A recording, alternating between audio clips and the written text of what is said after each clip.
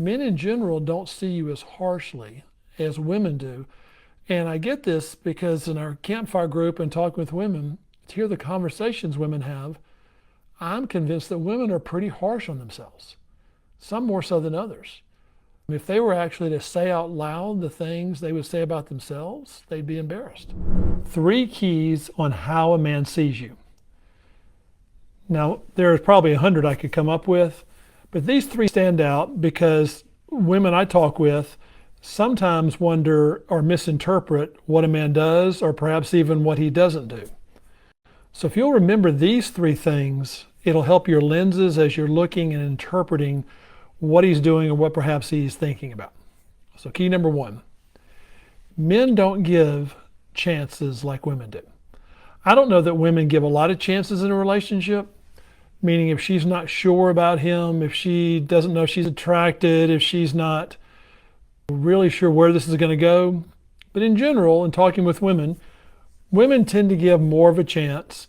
Perhaps that's because most of the time the man asks her out and she's unprepared or wasn't thinking about it. So for her, she's just now starting up to consider him.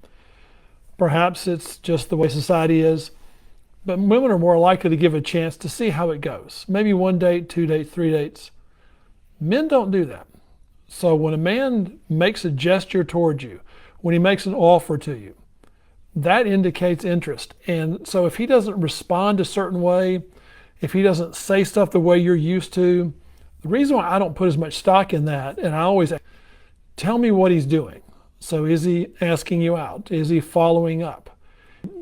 You're doing some action-oriented thing where he wants to spend more time with you.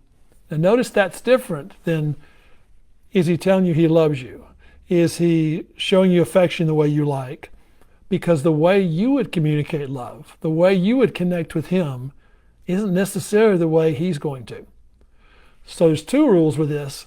If he's investing time and money with you, I'm happy for you. Now, I'm not talking about an amount of money. He didn't spend enough on a date. And I'm not talking about an amount of time. He should spend, 7, 8 hours a week with me. What I'm looking for is consistency. Because if a man spends money or if he spends time, he's investing in you. Now, early on, you may not get as much as you like. It may not be the quality you'd like. But I'm looking for is a pattern. And 1 week, 2 weeks, 3 weeks as we go along, if there's a big drop off in one of those, unless there's a clear reason, perhaps he got laid off at work, okay, that's going to affect probably the money he spends.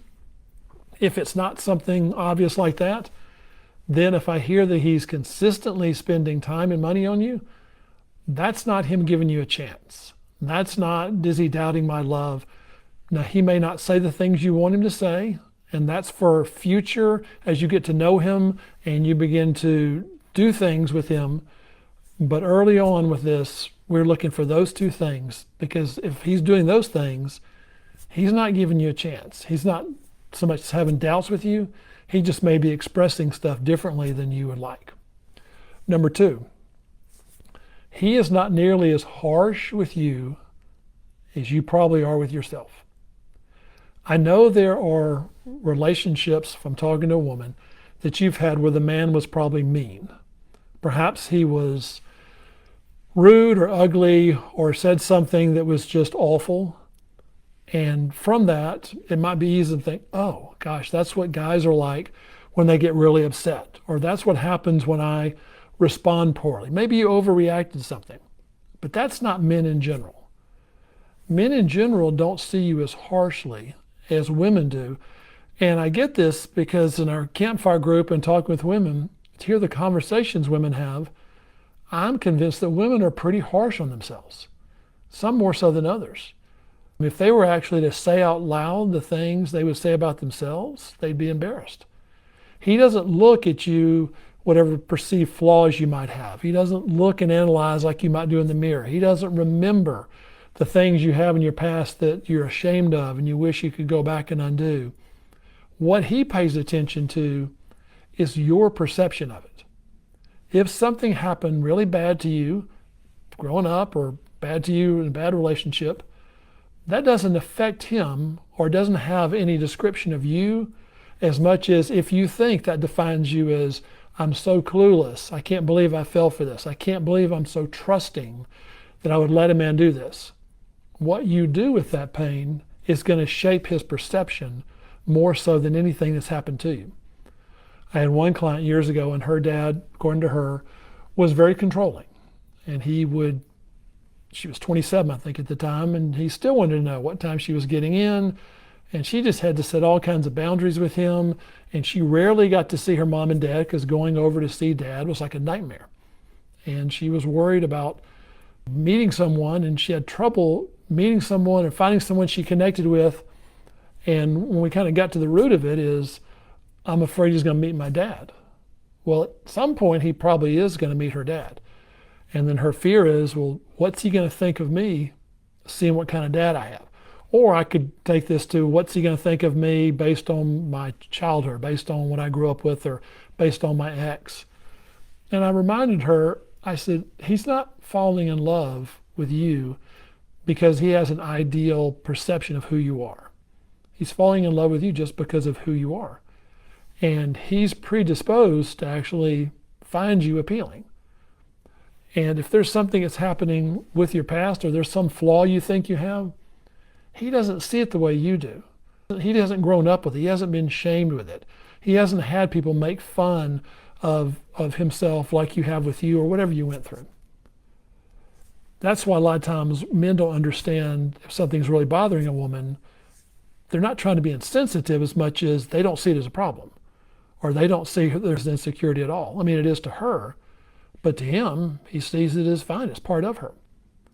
So when you're harsh with yourself, it's not simply about let's be positive, but I can almost promise you that the man you will or do care about isn't nearly as concerned about that flaw as you might think he will be. One last caveat with this.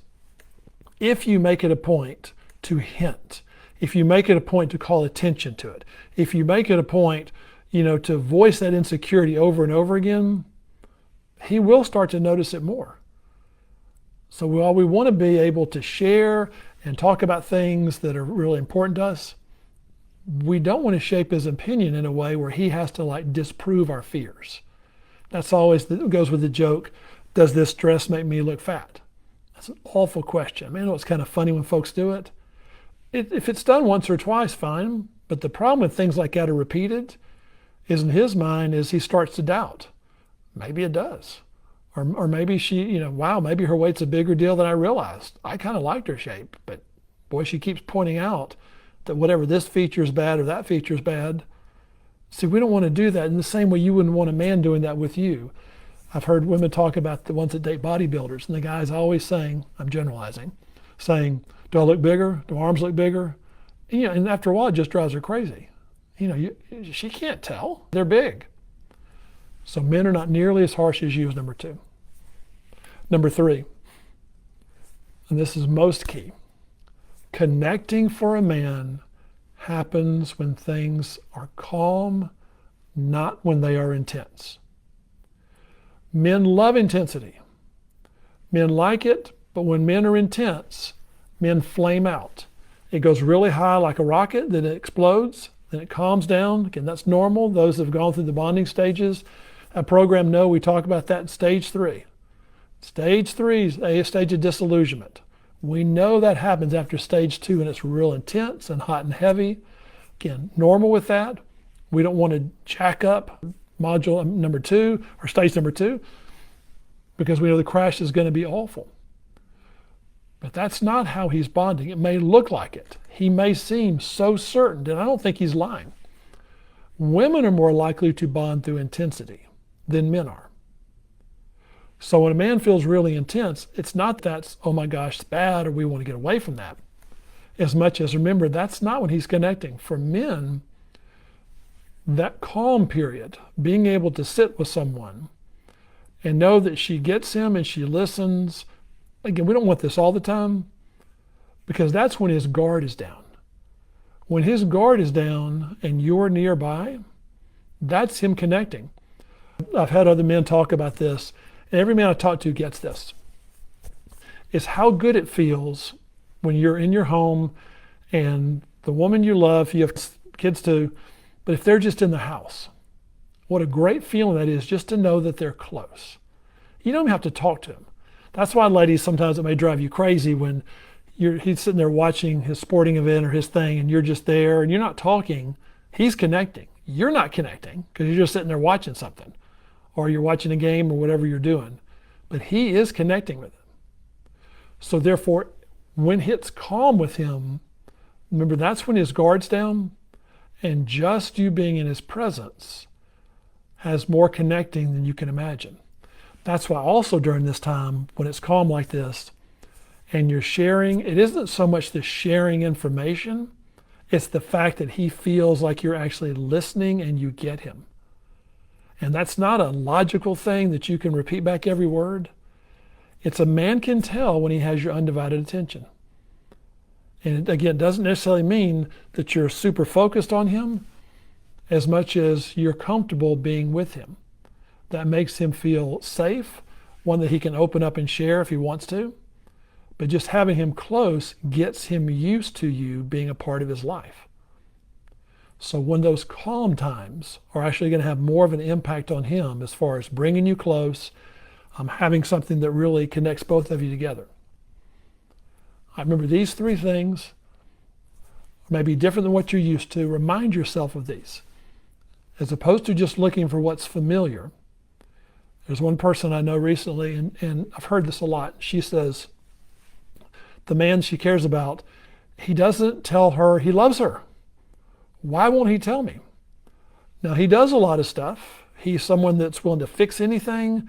He would lay down his life for her if it came to that. But he's not a real verbal person with that.